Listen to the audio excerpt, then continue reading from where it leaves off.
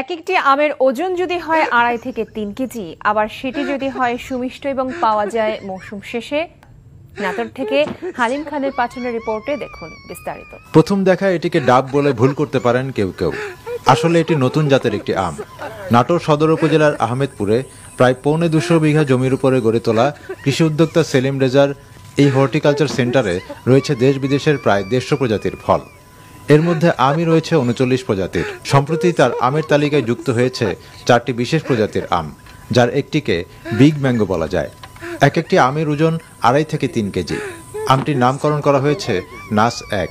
আকারে বিশাল সুমিষ্ট এই আমটি পাওয়া যাবে মৌসুমের শেষ ভাগে, অর্থাৎ আগস্টের শেষ সপ্তাহে। আয়তন হচ্ছে 20 ইঞ্চি এবং লম্বার দিকে এটা 11 ইঞ্চি।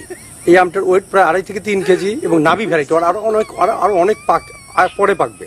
নাস 1, নাস 2 আমার এই দৃষ্টান্ত একটা ফার্মের নার্সারি থেকে এবারে বাংলাদেশের জন্য নতুন আকর্ষণ।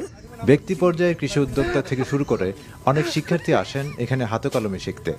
অনেক লোক প্রশিক্ষণ দিতে আসে, বিভিন্ন জায়গা থেকে বিভিন্ন অফিসার আসে বা হর্টিকালচার থেকে আসে। জেলা কৃষি সম্প্রসারণ অধিদপ্তরের উপপরিচালক জানান, বিশ্বের বিভিন্ন দেশের উন্নত জাতের আম গাছ সংগ্রহ করে তা উৎপাদন ও সম্প্রসারণ করাই ওই খামারের লক্ষ্য।